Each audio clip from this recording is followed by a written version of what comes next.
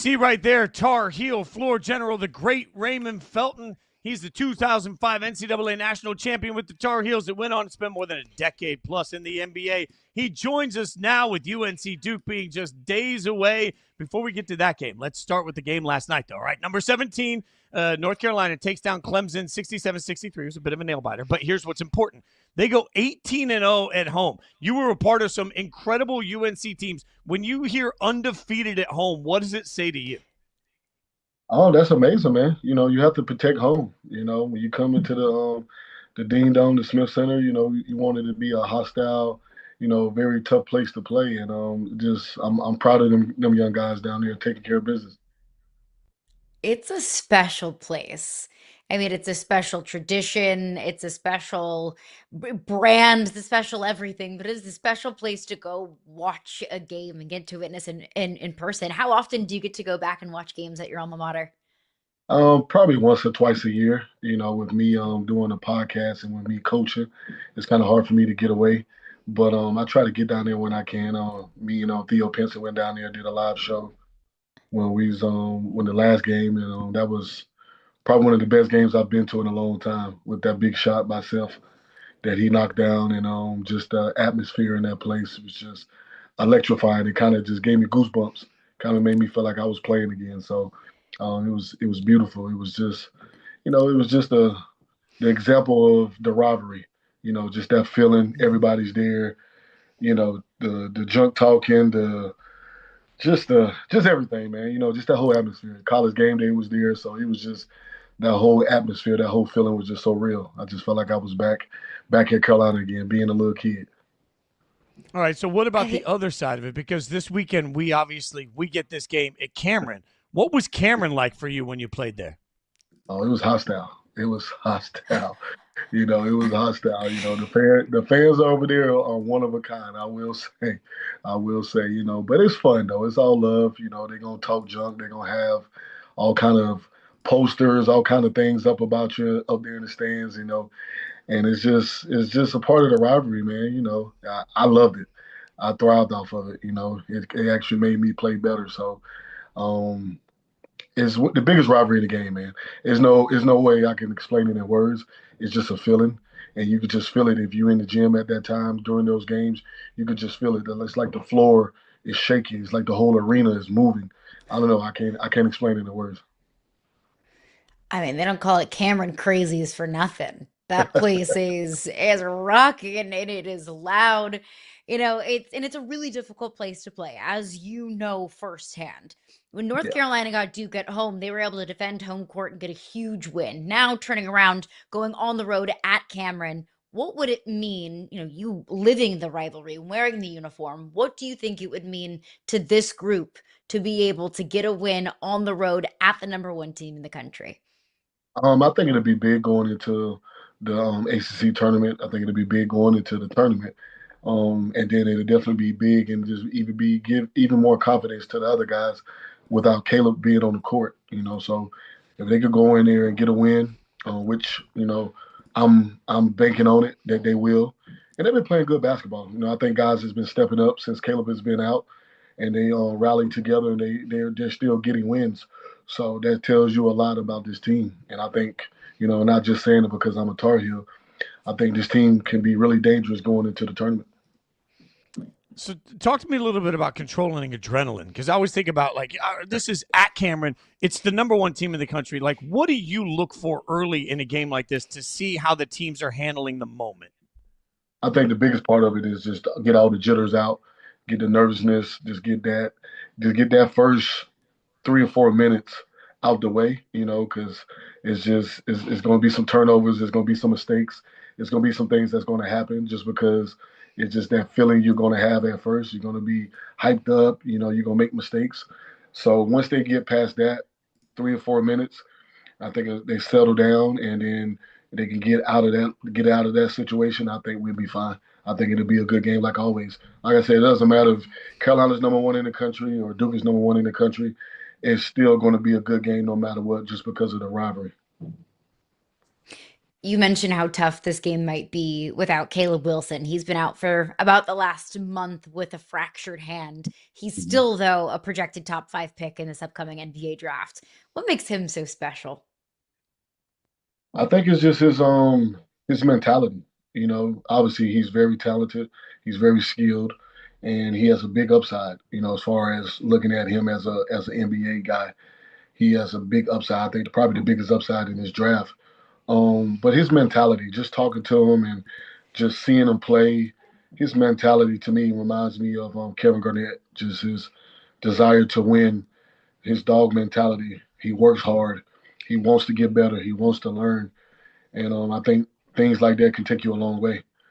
So with him being a guy that's already has some stardom, he still works.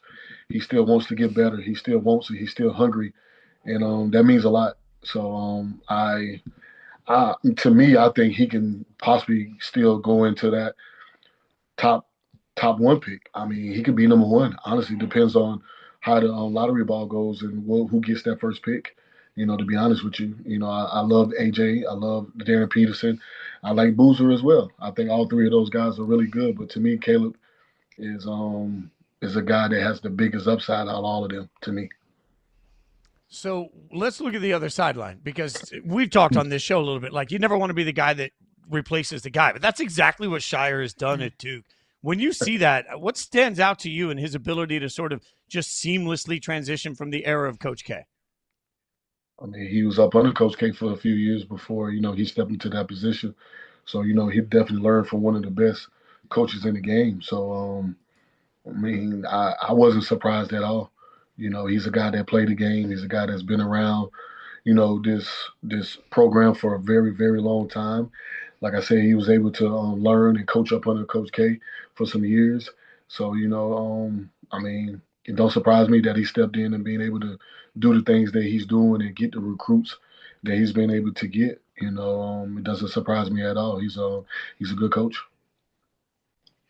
Yeah, no doubt he's a good coach. I think it's impressive being able to continue a level of greatness after you're taking over for an absolute Hall of Fame coach, which is also what Hubert Davis did at North Carolina, taking over for Roy Williams. You were there at the start of the Roy Williams era, an absolute legend in North Carolina and in the game of college basketball. What's one of your favorite Roy Williams stories?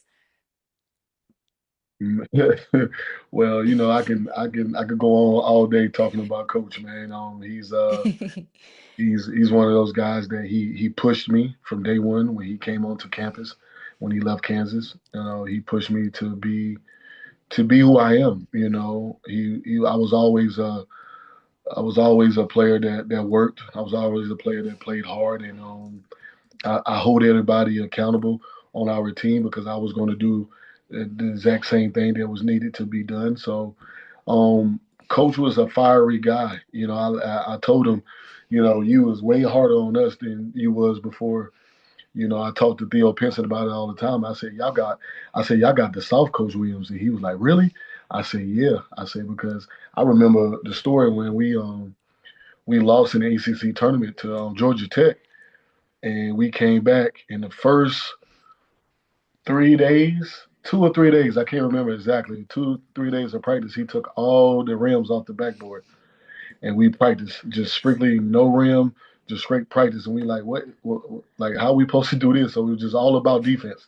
He told us that you're gonna do one thing, you're gonna play some defense. And that same face that he's making right there is the same face he was he was making at us. That's one of his classic screaming voices, screaming faces. So that was the part of the story that stands out to me about Coach is that he took all the rims off the basket and told us it worked because we went on and made a great run, won 6 games in a row, and won a national championship. So hey, it worked.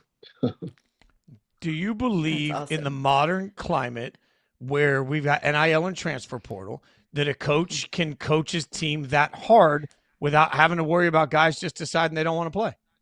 I think um, it does make it difficult. It does, and that's kind of why you see a lot of coaches like Coach Williams, Coach K, and them kind of just say, you know what, I think it's time for me to retire. And I don't think that's a necessary reason why they retire, but I'm pretty sure that that has a little something to do with it, where you can't hold kids accountable now. You can't. yell or scream at them without them saying, "Oh, I'm leaving. I'm going to the next team and go try to get more money," or whatever the situation is. There's no accountability held now with these NIL deals, and I'm happy that the kids are getting money by all means. I think it's something that should have been done, where college athletes are getting paid, but I think it should be some stipulations on it. I think it should be definitely some stipulations on the transfer portal, but it is what it is. We in this era now, and I think some coaches still don't care. I think some coaches still coach the way they're going to coach, and I think those are the organizations and schools that are still going to be very successful, because it doesn't matter.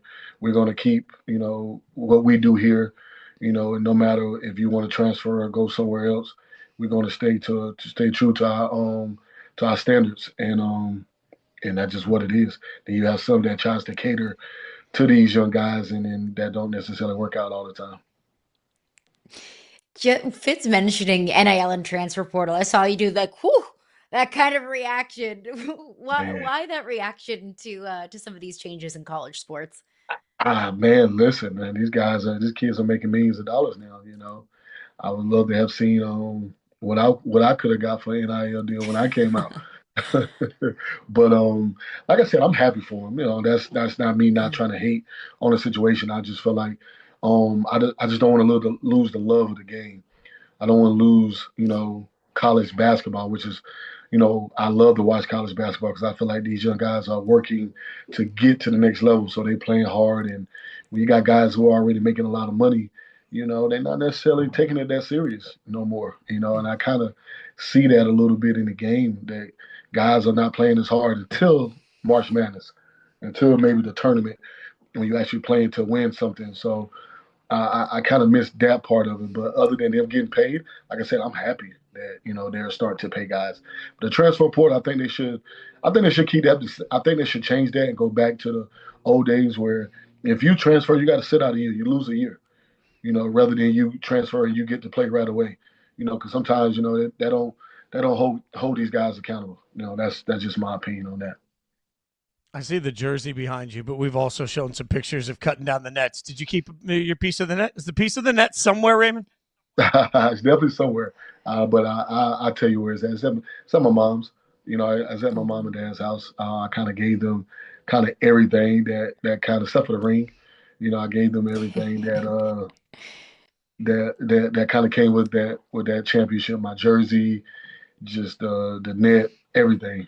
I think the hat that we wore, the shirt, everything we had that particular night. I gave it over to my parents.